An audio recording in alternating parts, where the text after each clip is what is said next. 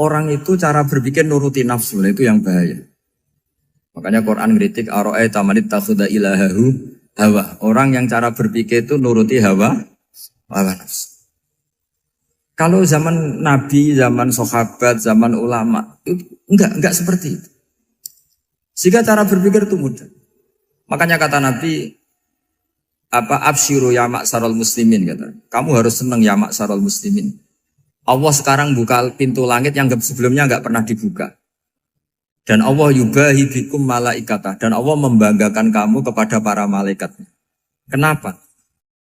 Umatnya Muhammad, umatnya Rasulullah Muhammad SAW, itu kalau sampean kepengen mati setiap saat itu baik, itu resepnya gampang kata Nabi. Addu faridotan wantadzoru ukhra. Jadi Allah memberitahu, ya Muhammad, umatmu ini luar biasa. Jadi misalnya tadi kita sholat subuh, ditanya, Bahak kamu sekarang ngapain? Nunggu sholat duhur ya. Setelah sholat duhur ditanya lagi nunggu apa asar. Sehingga faman kanat hijratuhu ila Allah wa rasulih fa hijratuhu ila Allah. Jadi kalau ya sudah ini tak ijazahkan. Kalau setelah sholat subuh nunggu apa? Duhur. Setelah duhur nunggu.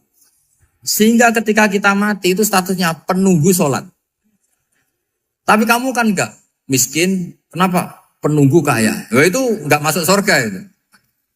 Penunggu kemapanan. Berarti kan menunggu sesuatu yang seleranya nafsu. Beda kalau penunggu sholat. Berarti kamu di dunia menunggu ritual ibadah. Maka di antara ijazahnya Nabi apa? Addu faridotan wantadzoru ukhra. Melakukan satu fardu. Kemudian kita menunggu tugas berikutnya. Jadi niati saja setelah subuh nunggu apa? Duhur. Setelah duhur, meskipun kita di perapatan. Apa? Nunggu asar. Ya. Tapi ya asar betul. Jangan nunggu tok pas asar. Enggak. Jadi sebetulnya umat ini gampang sekali. Jadi di antara kebanggaan Allah, yubahi itu Allah bangga dengan malaikatnya adalah umat ini adalah addu faridotan wantadzoru ukhra. Melakukan satu fardu, kemudian menunggu fardu yang lain. Dari mengkhidmati kampus, ingin mengkhidmati masyarakat. Dari satu masyarakat lokal Semarang menjadi sampai sekarang, sampai Banjarmasin, Unisula mau bikin kampus di sana, terus gitu. Dari satu tugas ke tugas yang lain. Makanya Islam diajarkan setelah satu tugas selesai, faida faruhtafan so. Jadi sehingga hidup kita itu dinamis. Dari satu kebaikan menunggu kebaikan lain, dari satu kebaikan menunggu. Sehingga hidup kita ngapain? Nunggu satu kebaikan. Ini sudah masuk faman kanat hijratuhu ila Allah wa rasulih, fa hijratuhu ila Allah wa rasulih. Sehingga bayangkan kalau kita direkam Allah, Gusti kula ampun mati nak dereng sugih. Wis melarat puluhan tahun. Sakit, nunggu sesuatu sing sifatnya nafsu, kok pengen sugih. Sugih tok aja cukup. Tahu buruh wong sing tahu ngenyek ndekne lho, itu kan urung-urung wis dendam. Saya belum mau mati sebelum kaya dan buruhkan orang yang pernah melecehkan saya. Wis ngono akhirnya mati urung sugih. Berarti wis fakir matine hasud. Mau itu ngenes dunia akhirat kan kira-kira seperti itu. Kamu santai aja kalau fakir berarti meringankan hisab karena ada banyak harta. Yang mau dihisab papanya, tidak punya apa-apa. Jadi saya mohon sekali ya, Islam itu mengawal kebahagiaan. Sebab itu sampai bahagia itu menjadi perintah Islam. Qul bi fadlillah wa bi rahmati fa bidzalika falyafrahu. Karena dengan bahagia bi taat diharapkan orang Islam itu tidak bahagia atau cari kesenangan lewat jalur maksiat. Sehingga ciri utama wali apa? Ala inna awliya Allahi la khaufun alaihim walahum yahzanun. Sehingga ulama dulu itu rileks-rileksnya. Termasuk yang saya ceritakan tadi, Imam Ahmad, Imam Syafi'i. Itu melihat apa saja rileks. Ya tadi kalau disenangi orang ya barokah, punya kawan kebaikan. Nak dineng ya barokah dineng di gedingi tonggo rada utang, ngeranjuk tulo gitu. Jadi rileks saja.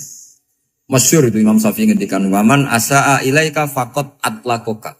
Orang yang berbuat buruk sama kamu, hakikatnya adalah membebaskan kamu. Atlako itu apa? Membebaskan. Enak gak jadi hidup gitu?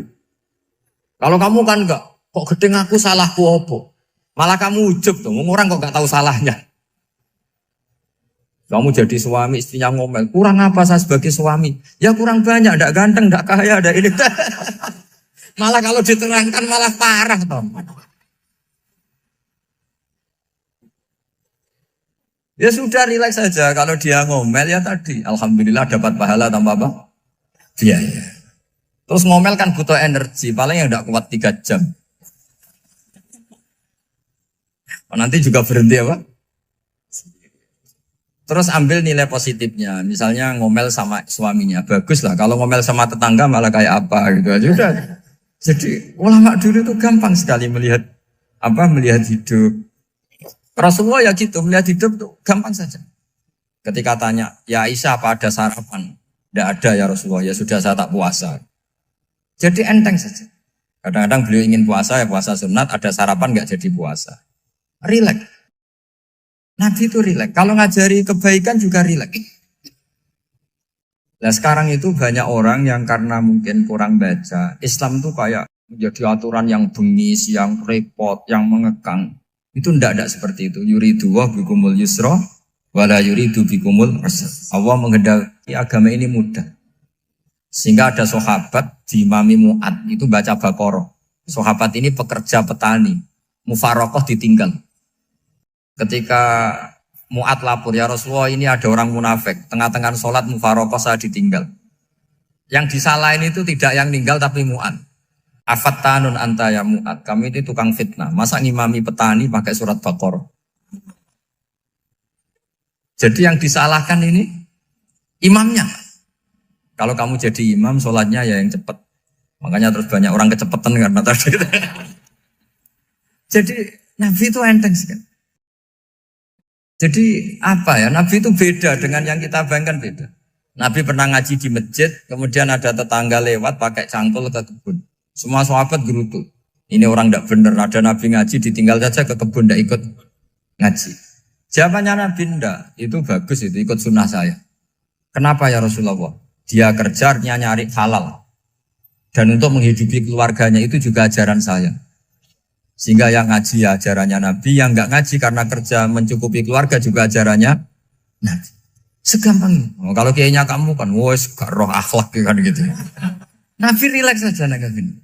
Sampai bisa lihat itu di bab Fadhailul Kasbi. Makanya ini penting sekali supaya orang itu berpikir Islam atau mendakwakan Islam itu berdasar sanad ya yang muttasil yang pernah dilakukan Rasulullah SAW. Sesuatu yang dilarang Allah itu pasti mador. Maka untuk melarang seseorang bergantung sama narkoba misalnya atau hal-hal yang bahaya pada fisik, itu satu tentu bagi ahlullah, tentu karena takut Allah. Tapi banyak masyarakat yang memang benar-benar bisa meninggalkan narkoba karena efek buruknya ganja. Bahwa itu mengakibatkan sakau, mengakibatkan tidak sadarkan diri, mengakibatkan kebangkrutan ekonomi macam-macam. Sehingga mereka benar-benar benci sama yang namanya narkoba. Jadi di antara manhajul Quran itu kalau mentakbih, memburuk-burukkan maksiat itu mesti dikritik innahu kana fahisyah. Innahu kana fahisyata wa makta wa sa'a sabila. Innahu kana fahisyata wa sa'a sabila. Diulang beberapa kali. Sehingga dibutuhkan kecakapan untuk menganggap satu hal yang buruk itu fahsyah, sesuatu yang enggak rasional, sesuatu yang tidak positif, sesuatu yang pasti berdampak negatif. Sehingga kalau misalnya tadi dibacakan oleh Qori, kuntum khaira ummatin ukhrijat linnasi ta'muruna bil ma'ruf wa tanhauna 'anil munkar. Untuk berhenti dari kemungkaran itu satu takbihun litil kal munkar atau litil kal munkarat, bahwa mungkarat itu kita cap, kita stigmasi bahwa itu buruk sekali. Seperti Nabi mengajarkan pemuda tadi, masa kamu suka ibu kamu digitukin lelaki lain, putri kamu, bule kamu, bude kamu, sehingga orang ini pikirannya termindset betapa buruknya zina. Sama seperti kita sukses memindset betapa buruknya narkoba, betapa buruknya bahan-bahan terlarang. Begitu juga seterusnya, terus pengkhianat dan sebagainya. Tapi problem manusia adalah dia itu akan mencari kebahagiaan atau kesenangan sesaat. Maka caranya gimana? Keinginan senang lewat maksiat ini dilawan dengan nyaman dengan taat. Saya ulang lagi, nyaman dengan taat. Sehingga ulama dulu punya kalimatul munajat, artinya kalimat hubungan pribadi sama Allah yang menjadikan orang itu nyaman. Dan ini yang diajarkan kitab-kitab tasawuf. Kitab tasawuf itu sukses mengajarkan melihat alam raya ini semuanya nyaman, termasuk yang mengecewakan. Itu dianggap nyaman. Saya berkali-kali mengajarkan ilmu ini karena ini musalsal ila Rasulillah SAW. Itu pernah suatu saat Imam Ahmad itu dipanggil sama tetangganya, anak muda. Tentu Imam Ahmad ini orang yang sangat soleh, sangat waroi, sangat tunduk sama perintahnya Allah dan Rasul. Pemuda tadi manggil, ya Ahmad, datang ke rumah saya. Imam Ahmad datang. Setelah sampai ke pemuda tadi, sudah pulang lagi, saya tidak butuh kamu. Pulang lagi. Setelah sampai rumah dipanggil lagi, ya Ahmad, datang lagi. Datang lagi. Oh, saya tidak jadi butuh, pulang lagi. Sampai 3 kali. Dan itu perangai ekspresi Imam Ahmad itu, atau ulama lain yang sesoleh beliau, itu nyaman, indah. Beliau tetap senyum-senyum, nyaman. Beliau tidak tersinggung, tidak terprovokasi, pokoknya tidak tersinggung, kelihatan nyaman. Lama-lama pemuda ini terus tanya, ya Ahmad, kamu saya perlakukan seperti ini kok tidak tersinggung? Kamu senyum-senyum saja, happy-happy saja. Jawabnya Imam Ahmad itu unik. Wahai pemuda, saya kamu panggil itu senang sekali. Karena kata Nabi, kalau kamu iman dengan Allah dan Rasul, maka hormatilah tetangga. Jadi saya senang. Karena nuruti perintah Allah untuk menghormati tetangga. Jadi tidak ada urusannya dengan kamu. Kagetnya kayak apa? Jadi dipanggil tetangga ya senang karena melakukan perintahnya Allah dan Rasul, yaitu ikramul jar, fal yukrim jarum. Disuruh pulang, kamu ingin saya pulang, ya saya pulang. Disuruh datang, ya saya datang. Jadi saya tidak tersinggung, saya tidak ada urusan dengan kamu. Urusan saya dengan Allah Subhanahu wa Ta'ala. Itu kalau bapak-bapak istrinya ngomel terus sabar itu ya bagus.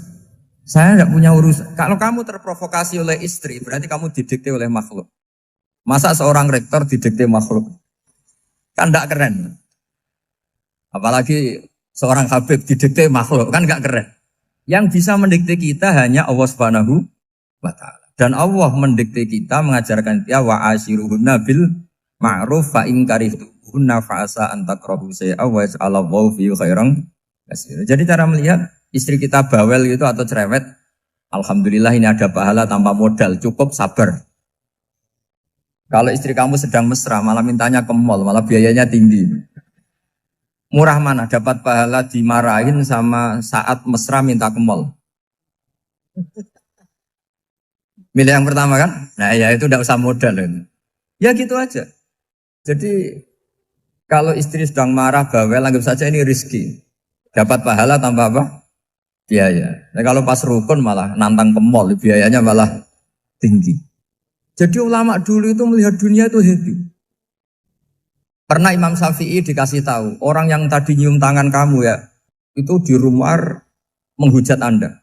Jadi dia sopan hanya di depan Anda, kalau di luar menghujat Anda. Jawabnya Imam Syafi'i lucu.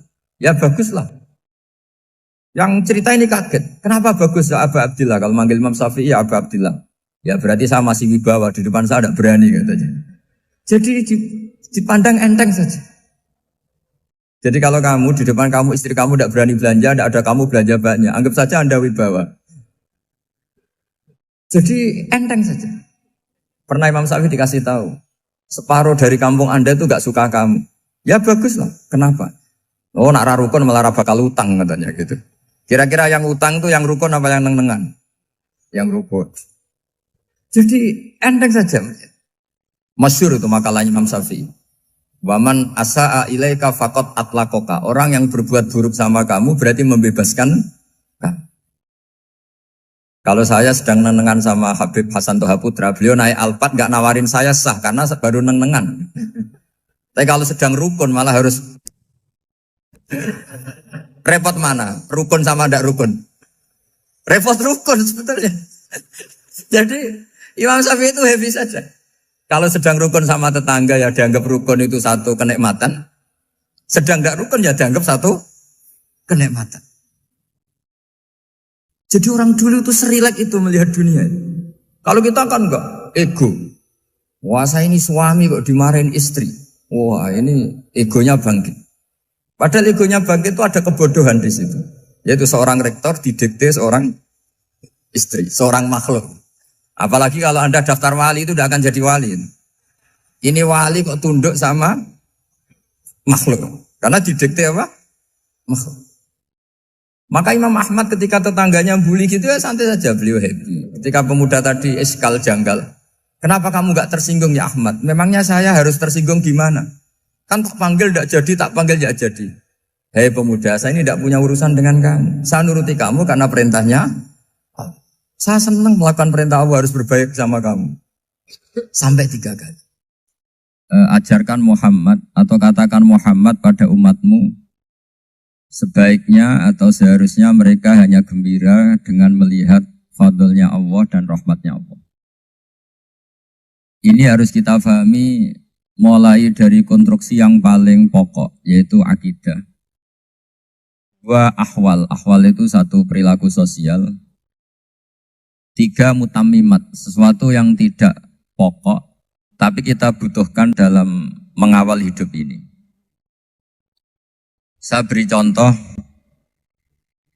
itu sampai maksiat, itu karena cari kesenangan. Misalnya baru penat itu, ingin seneng, ada orang yang macam-macam lah, ingin melihat maksiat, apa itu pornografi, apa nyabu, apa macam-macam. Itu sebetulnya agama punya konsep yang luar biasa, yaitu seharusnya seseorang itu gembira. Gembira dengan ketaatan. Lalu pertanyaannya caranya gembira gimana? Gembira itu mudah. Jadi misalnya kamu sujud sama Allah Subhanahu wa taala. Terus cara berpikir begini. Ini sekaligus ijazah. Cara berpikir begini. Ya Allah, ini kata Sayyidina Ali, kafani izzan an akuna laka abdan wa kafani fakhron an takuna li rabban. Ya Allah, betapa sialnya saya andaikan saya jadi budak dari makhluk yang sama. Misalnya sampean itu seorang kiai atau rektor atau doktor atau orang terpelajar, kemudian kamu jadi budak atau hamba dari makhluk yang setara. Betapa hinanya saya. Maka kata Sayyidina Ali, ya Allah saya ini cukup bahagia, cukup bangga. Karena jadi budak, jadi hamba dari zat yang super atau yang maha super. Jadi kok Allah Subhanahu wa ta'ala. Sehingga ada kebahagiaan yang luar biasa karena menjadi hambanya Allah Subhanahu wa ta'ala. Setelah bangga dengan jadi hambanya Allah, maka kita akan malu. Malu misalnya kok saya bahagia itu nunggu melihat pornografi, melihat maksiat. Itu terus menjadi malu. Kenapa saya bisa didikte oleh hal-hal seremeh itu? Ya, kita malu karena didikte oleh hal-hal yang seremeh itu. Karena kita didikte oleh nafsu. Jadi izzatun nafsi, satu harga diri seseorang itu harus dihidupkan untuk hanya tunduk kepada Allah Subhanahu wa ta'ala. Sehingga Nabi itu melatih satu logika tarkul ma'asi. Nabi itu dulu ketika ada seorang pemuda yang ya karena mungkin pemuda ya, dia itu mau masuk Islam, tapi uniknya kata pemuda tadi, saya masuk Islam tapi asal dibolehkan bebas zina. Jadi ini agak sableng gitu. Jadi mau masuk Islam syaratnya dibolehkan apa? Zina atau free sex gitu. Karena orangnya agak hiper. Itu Nabi tidak langsung mengancam dengan neraka enggak. Ketika mau pamit gitu semua sahabat melarang. Mah itu jangan, kamu jangan suan Nabi. Itu permintaan yang enggak masuk akal. Setelah lama ditahan terjadi kegaduhan di masjid, Nabi dengar itu ada apa itu? Itu ada pemuda yang mau masuk Islam tapi yasta'dzinuhu fi zina. Tapi mereka minta izin Nabi untuk tetap boleh zina.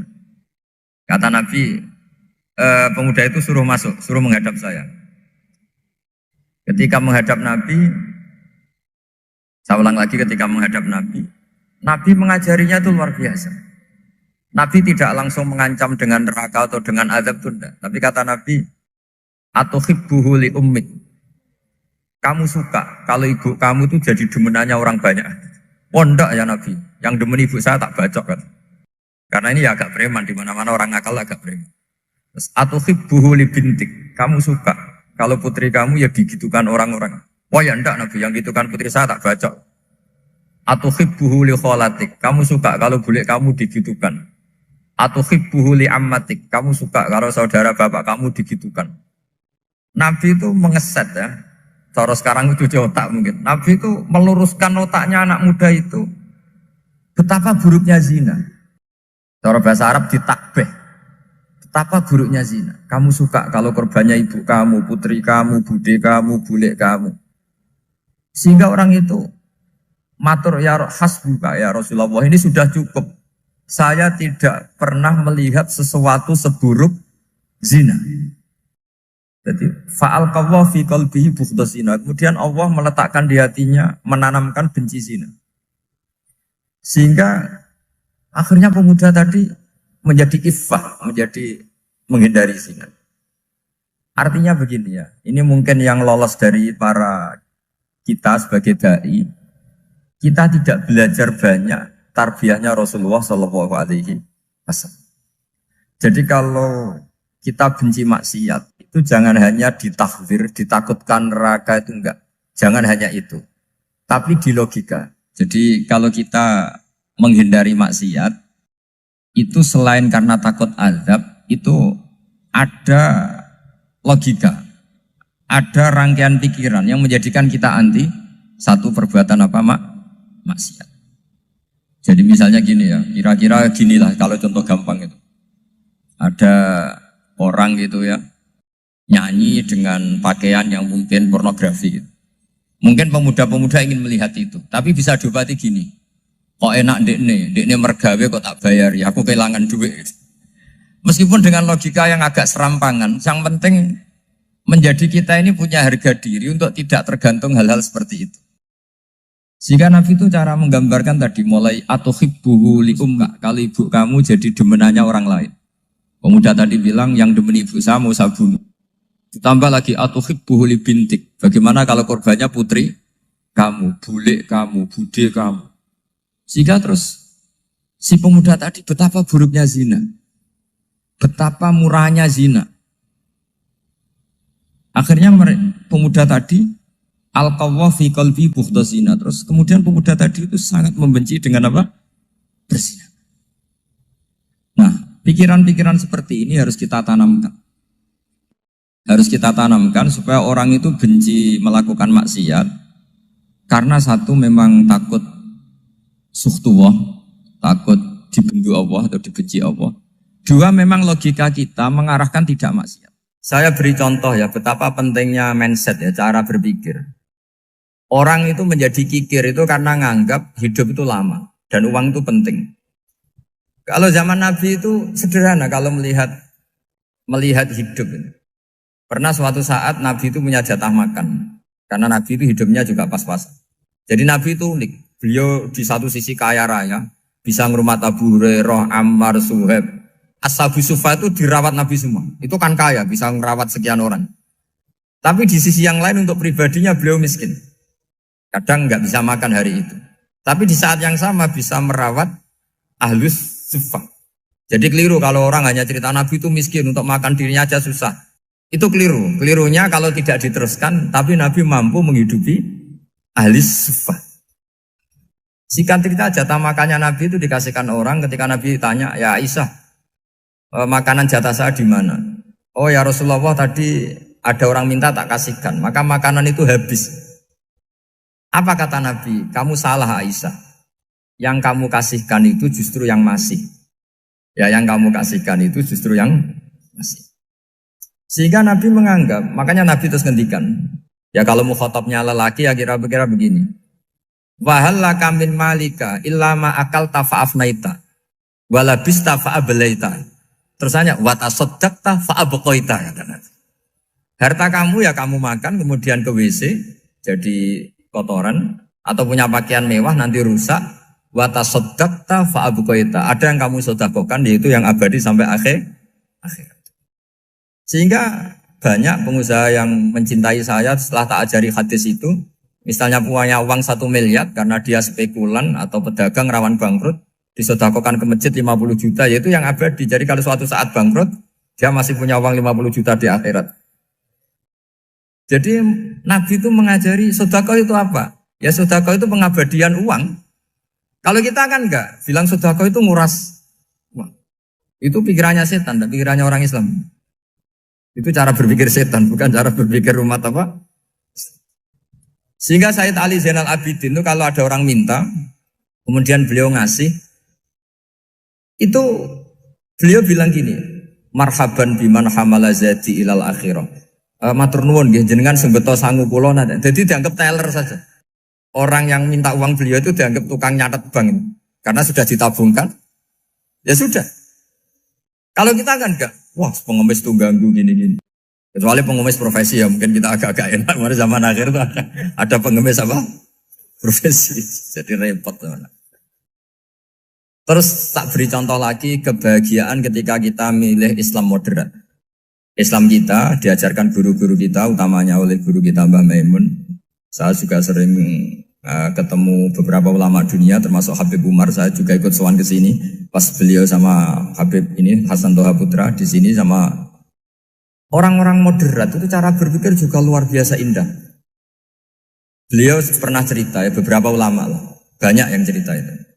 Saya pernah diceritani seorang alim ketika ada orang ekstremis itu mau ngebom di tempat maksiat. Kebetulan yang maksiat itu kebanyakan ya orang Islam. Karena di negara yang mayoritas Islam. Ditanya sama Syekh Sa'rawi itu. Syekh Sa'rawi itu mufasir top di mana? Mesir. Ini mau tak habisin karena mereka orang Islam kok maksiat terus. Terus ditanya sama Imam Sa'rawi. Laumatu ala khini ma'asihim aina masiruhum. Kalau mereka mati dalam keadaan maksiat, mereka kemana? Ya ilanar, mereka pasti masuk neraka. Terus ditanya sama Imam Sa'rawi. Wahal masiruhum ilanar muradun nabi amla. Punya umat maksiat kemudian mati masuk neraka, itu yang diinginkan Nabi apa enggak? Ya tidak aja. Ya sudah, enggak usah dibom, ditunggu tobatnya kata. Karena kalau mati dalam keadaan itu ke neraka dan itu tidak yang diinginkan Rasulullah Sallallahu Alaihi Wasallam. Terus ekstremis ini menjadi tobat, tidak berpikir ekstremis Mas. Jadi orang itu harus berpikir mindset yang baik. Meskipun kadang berpikir baik itu ya agak-agak kacau. Ada seorang wali majdub itu kalau berdoa agak kacau, tapi nggak bisa dibantah. Masyhur itu doa itu. Ini sekaligus ijazah, tapi kalau sebelum wali nggak boleh. Itu datang ke makamnya Rasulullah SAW. Terus doanya itu begini. Ya Allah, sekarang terserah engkau. Ya Allah, sekarang terserah engkau. Jika saya kamu jadikan orang soleh, jika saya engkau jadikan orang soleh, maka surra habibuk, maka kekasihmu ini senang. Yang susah musuhmu yaitu setan. Tapi kalau engkau menjadikan saya orang fasik, maka yang susah kekasihmu, yang senang musuhmu. Jadi kan punya dua pilihan itu. Wah itu kan doa tapi kayak teror itu. Ya jadi berdoa di Raudhah. Wah itu mesti mandi itu karena agak-agak maksa Tuhan itu. Ya Allah, engkau punya dua pilihan. Jika saya jadi orang soleh, maka kekasihmu ini senang. Musuhmu yang susah yaitu setan. Tapi jika saya jadi orang fasik, maka musuhmu yang senang, kekasihmu yang susah. Mohon terserah jenengan, mau menyenangkan kekasihmu, apa menyenangkan musuhmu gitu. Kira-kira gimana? Kalau tertarik boleh doa itu dipraktekkan. Tapi kayaknya kalau copy paste itu gak keren, apa? Jadi dulu orang itu muamalah sama Allah dan Rasul itu rileks. Rileks itu nyaman karena ya tadi qul bi fadlillah wa bi rahmati fa bidzalika falyafrah. Sehingga Imam Izzuddin bin Abdissalam itu ngendikan innalladzina yarmunal muhsanatil ghafilat. Di antara kebaikannya ibu-ibu atau mbak-mbak ini harus berstatus ghafilat. Perempuan-perempuan pelupa. Ghafilat itu pelupa. Pelupa dari kenikmatan maksiat sehingga mereka dengan taat. Misalnya ada ibu-ibu atau mbak-mbak atau juga bapak-bapak tahajud, kemudian nyaman dengan tahajud itu. Kira-kira terbersit enggak ingin maksiat? Enggak kan, karena sudah nyaman dengan tahajud, dengan taat. Maka dibutuhkan kenyamanan dalam beribadah. Sebab itu ala bidzikrillahi tatmainnul qulub. Makanya saya termasuk kiai yang setiap ngaji itu happy, seneng. Karena ini untuk kampanye, seneng dengan ngaji, dengan taat itu sudah luar biasa. Kayak apa kalau mereka senengnya kalau nunggu melakukan maksiat. Jadi termasuk bentuk perlawanan kita terhadap maksiat adalah usahakan kamu tuh bahagia, seneng dengan taat. Istiqnas billah, mu'anasah billah, farah billah, itmi'nan tumaknina billah. Sehingga ini mencukupkan kita tidak berkebutuhan maksiat. Meskipun kita ya manusia, pasti suatu saat atau sudah pernah maksiat. Serasa diceritakan lah, ini gue mesti gitu. Lah orang-orang dulu itu orang yang sukses mengelola bahagia ma'allah wa billah walillah. Jika wali-wali dulu itu jadi wali itu tidak mesti karena ibadahnya banyak, itu enggak. Mereka orang yang ibadahnya itu biasa. Biasa-biasa sekali. Ulama-ulama dulu ibadahnya biasa sekali. Tapi qulubuhum ma'allah, hatinya itu ma'allah. Itu ada seorang wali, itu jadi wali, Umar bin Abdul Aziz, yang dikenal khamisul khulafa.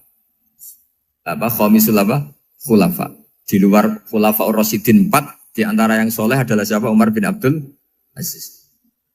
Itu ketika mau meninggal, itu senangnya bukan main. Itu semuanya nangis, beliau senang. Terus tanya, kenapa kamu senang? Memangnya saya kalau mati itu kemana aja? Ila khairi madhubin ilah, ke zat terbaik. Dibang urip mbek kowe bulet atau mbek arhamur rahimin gitu. Yaitu Allah Subhanahu. Jalaluddin Ar-Rumi ketika mau meninggal itu muridnya nangis semua, beliau marah. Kamu harusnya pesta karena saya mau ketemu kekasih saya, malah kamu tangisi, goblok sekali kamu katanya. Jadi orang-orang dulu itu luar biasa. Karena tadi mereka tidak ingin ketemu Allah itu dianggap problem. Harus sesuatu yang membahagiakan. Makanya wali-wali itu kalau berdoa begini. Wa khairu ayyami yauman alqa kafih, dan jadikan hari terbaikku adalah hari ketika saya ketemu engkau ya Allah. Pernah dengar doa itu? Wa khairu ayyami yauman alqa kafih, dan hari terbaikku adalah hari saat ketemu engkau. Aman kan enggak? Sampai mati ku wedi.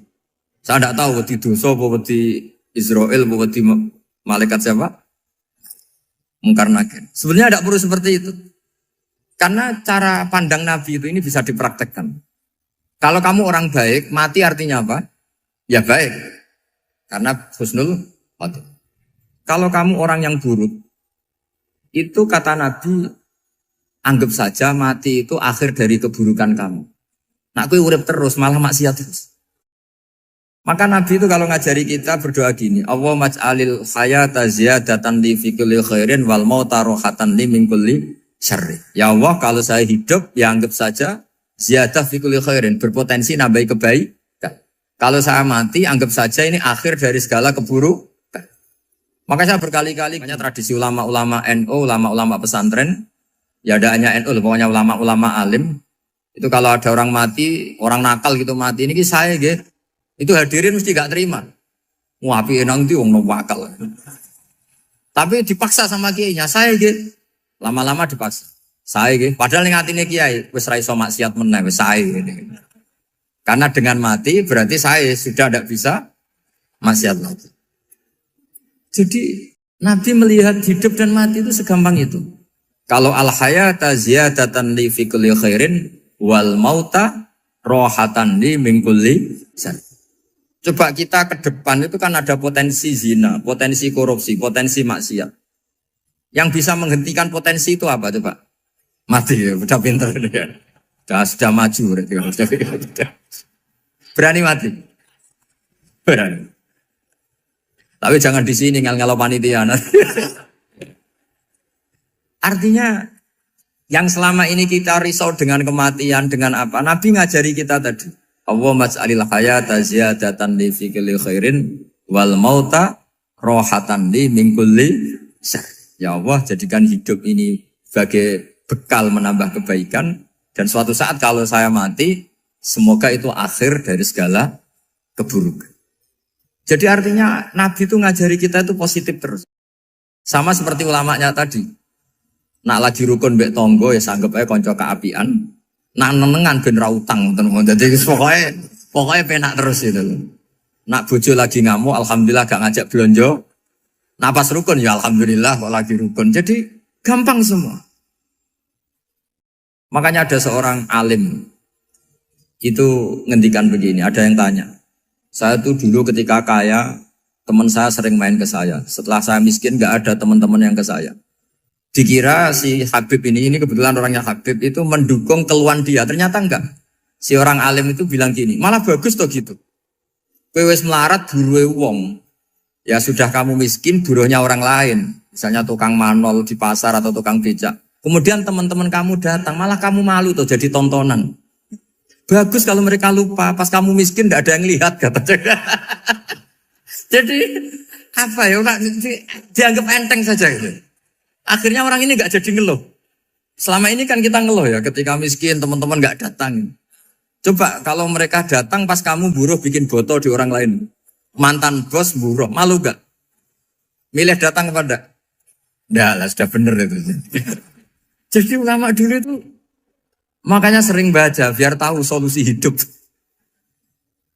Jadi ulama dulu itu gampang sekali melihat kehidupan itu. Gampang sekali, indah, gampang. Kebahagiaan ini pula yang harus kita latih dalam melakukan ketaatan.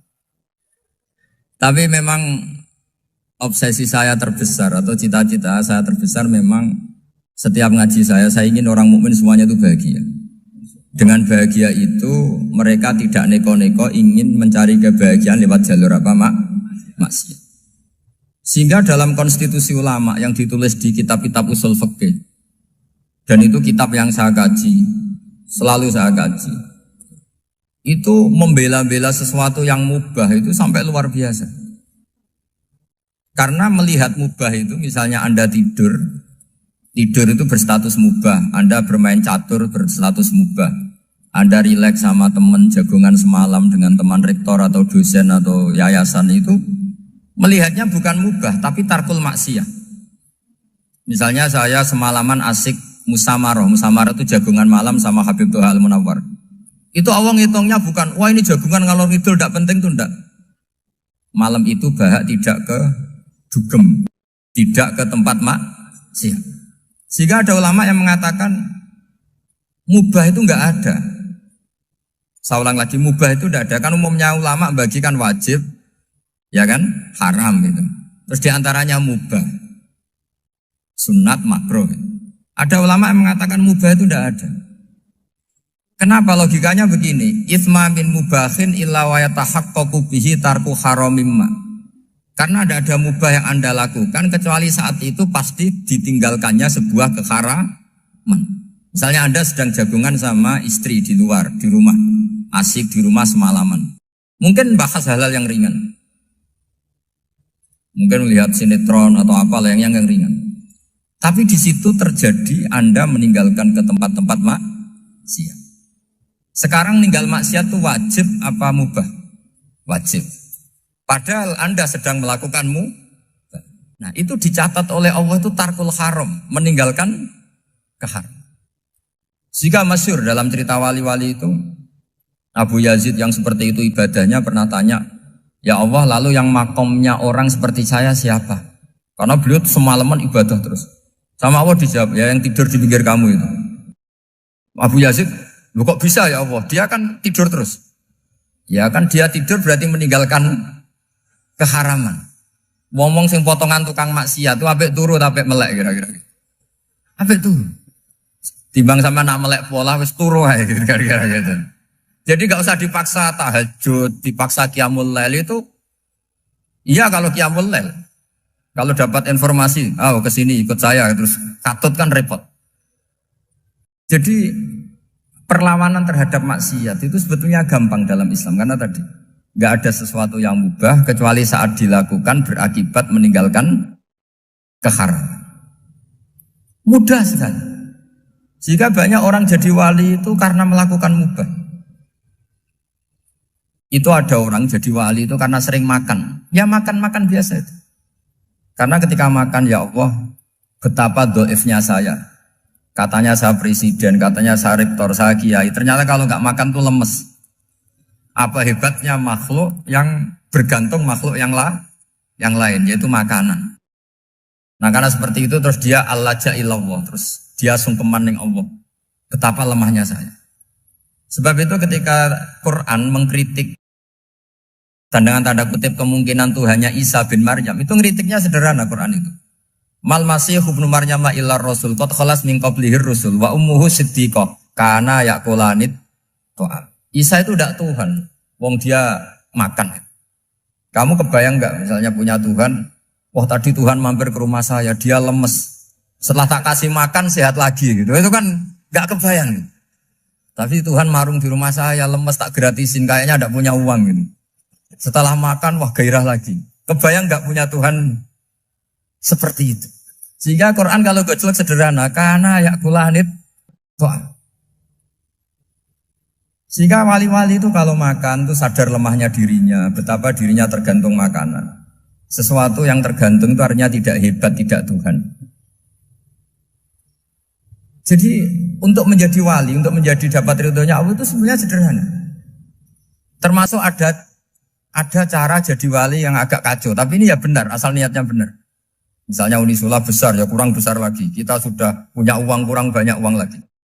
Itu Nabi Ayub, itu kan seorang nabi. Pernah diuji, oh ini ada di Sahih Bukhari. Nanti kamu tanya, hadisnya Sahih enggak? Ini ada di Sahih Bukhari. Kadang orang kota itu aneh. Enggak ahli hadis tapi tanya, Sahih enggak? Padahal andai kan dibodohi Sahih, ya ngandel saja. Jadi kadang ya aneh. Oh enggak tahu kok tanya. Itu Nabi Ayub itu sudah kaya, pas itu sudah kaya. Bukan cerita yang masih miskin, memang sudah kaya. Beliau di kamar dihinggapin satu belalang dari emas. Setelah belalang itu dikejar, ternyata yang jenis itu banyak, semuanya dari emas. Ngambil sana sini, ini yang kesak ini dipenuhin, saku ini dipenuhin, sampai banyak. Sama Allah digojlok, kamu itu Nabi saya, kenapa kamu mengumpulkan harta sebanyak itu? Kamu itu Nabi saya kok rakus? Jawabannya, ya Allah, siapa yang bisa kenyang dari rahmatmu? Ya, jadi kalau kamu punya uang 1 miliar, kok ingin 1 miliar 100, ingin 1 miliar 200, itu cara ngitung bukan uang. Ya Allah, siapa yang bisa kenyang dari rahmatmu? Karena rahmat Allah tidak terbatas, sudah Gusti tenang saja. Meskipun saya gini, rahmat Anda tidak akan habis. Sehingga waroi ada ilmunya, tomak juga ada ilmunya. Termasuk rakus itu juga ada ilmunya. Misalnya begini, ini contoh rakus yang ada ilmunya begini. Ini saya beri contoh. Mungkin yang boleh niru orang-orang soleh, kalau nggak soleh jangan. Imam Syafi'i ini cerita nyata. Imam Syafi'i itu dulu ketika ngaji masih muda itu nggak suka sama guru yang kaya. Kebetulan dia punya guru miskin terus. Namanya Sufyan As-Tsauri, itu miskinnya Masya Allah. Sufyan bin Uyainah juga miskin. Jadi dia miskin, punya guru miskin terus. Sehingga idolanya ya sama guru-guru yang miskin. Suatu saat guru-guru ini menyarankan dia ngaji Imam Malik. Imam Malik itu kaya raya. Itu babutnya Imam Malik, kalau diinjek itu mata kakinya tidak kelihatan, saking halusnya. Kalah, Indonesia lah kalah. Imam Malik itu gaya. Kalau ngaji di kursi tinggi terus pakai bukhur itu, pakai dupa Arab yang mahal. Pokoknya mewah kali Imam Malik. Terus dia mulai, ini kiai kok kaya. Kemudian setelah beliau alim, tanya, saya harus ngaji siapa setelah ilmu jenengan habis kira-kira gitu. Kata Imam Malik, sudah, kamu tidak usah perlu ngaji saya, kamu sudah alim alama. Terus Imam Malik datang ke Baki. Zaman itu Baki itu semacam kayak rentalan ya, semacam Grab lah kalau dulu. Mana kafilah yang mau ke Irak? Ya sudah terus, oh kita mau ke Irak. Ini antar ke Muhammad bin Hasan As-Syaibani. Itu dibiayai sama Imam Malik. Grabnya ya dibayarin, itu kafilahnya itu ya dibayarin. Imam Syafi'i disangoni surrotan min dhahabin. Jadi satu kepes uang dikasihkan. Itu pernah tak hitung semurah-murahnya itu sekitar 60 juta. Imam Syafi'i mulai mikir, kiai yang saya kritik lomo, sing kiai miskin tak puji, gak pernah ngamal kan, tentu orang miskin. Setelah datang ke Muhammad bin Hasan As-Syaibani, beliau itu pakar usul fikih, muridnya Abu Hanifah. Beliau al-usuli, pakar usul fikih. Itu Muhammad bin Hasan As-Syaibani itu kalau ngitung emas, itu di ruang tamu. Uangnya miliaran, emasnya banyak. Dari kota ini dipindah ke kota ini. Mas, kalau ngitung di ruang tamu. Bukan di kamar, di ruang tamu. Imam Syafi'i tambah kaget. Imam Malik kayak gitu sudah saya soal, malah ini kaya raya. Setelah Imam Syafi'i kelihatan kaget, digojlok sama Muhammad bin Hasan Asyibani karena beliau senior. Atak jabu min hadza, kamu aneh melihat ini? Iya. Kenapa? Ulama kok kaya raya. Terus kata Muhammad bin Hasan, ya sudah, uang ini tak kasihkan orang-orang fasik, binti gue demenan, gue nyabu, gue macam-macam. Oh jangan, nanti dipakai maksiat. Pun jenengan mawon sing sugih. Semenjak itu Imam Syafi'i rubah mindset. Jadi kalau kampus ini ingin akreditasi A, ingin mulia, ingin apa, kamu ridho kalau yang punya prestasi seperti itu adalah orang-orang fasik. Ridho enggak? Enggak kan? Maka didoakan ini.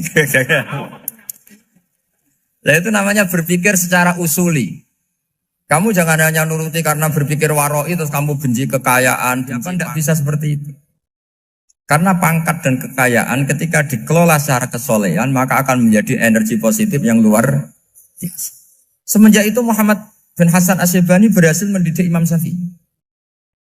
Sampai akhirnya keterusan Imam Syafi'i berpendapat kalau orang Islam bisa bikin rumah tingkat kok punya rumah reok itu haram.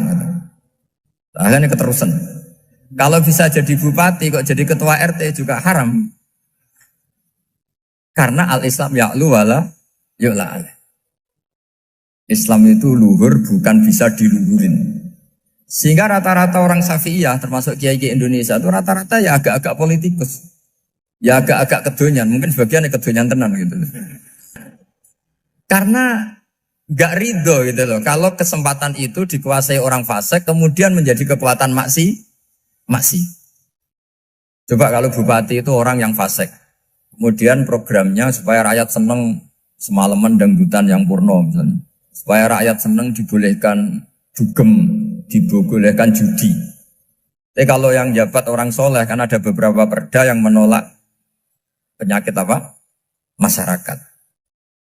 Jadi kamu jangan melihat bahwa kepangkatan ini hanya sebagai alat korupsi, alat otoriter, enggak. Asal kena orang soleh, maka ini menjadi energi kesolehan atau energi positif. Sebab itu ketika Allah muji para nabi yang soleh, diantaranya disifati apa? Faqad ataina ala Ibrahim al-kitab wal hikmata, terus ayat wa atainahum mulkan azim. Dan Nabi Ibrahim dan keluarganya tak kasih kerajaan yang besar. Nah sekarang masih banyak orang yang cara pandang ngapain bikin unisula yang megah, ngapain berambisi punya akreditasi A dan sebagainya. Menyoal seperti itu salah secara usul fikih.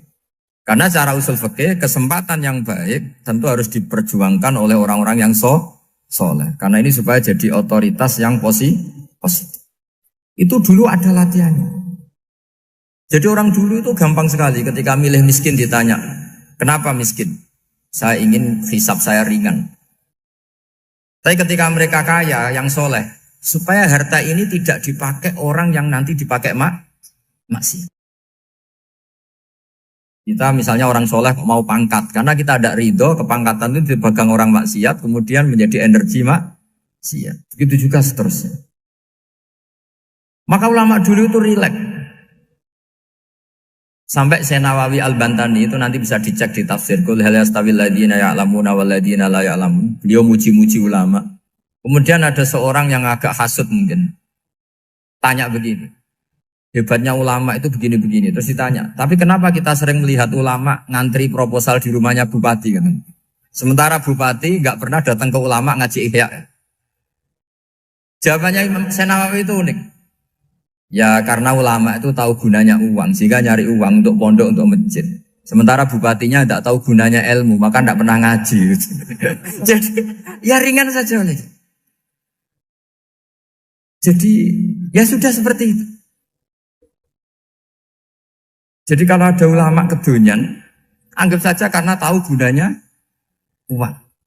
Jadi kenapa ulama ngantri di kabupaten, bukan bupati ngantri di ulama? Jawabannya, karena ulama tahu gunanya uang. Sementara bupatinya nggak tahu gunanya ilmu. Kira-kira gitu lah. Ada ustadz tidak ganteng, kesensem rondo cantik, karena tahu gunanya ustadz itu. Artinya tahu gunanya kalau saya nikah nanti punya anak jadi gus, kan dia kiai gitu. Tapi rondone raro gunanya dia karena miskin gitu. Jadi ulama dulu itu rileks. Rileks menafsirkan apa saja itu rileks, termasuk saat terpojok. Itu rileks. Karena semuanya dianalisis pakai ilmu. Sehingga ciri utama wali itu apa? Ala inna awliya Allahi la khaufun alaihim walahum yahzanun. Enggak ada rasa takut, enggak ada rasa gampang. Karena melihat sesuatu itu gampang saja. Saya ulang lagi, melihat sesuatu itu gampang saja, ringan. Oke, semoga barokah. Assalamualaikum warahmatullahi wabarakatuh.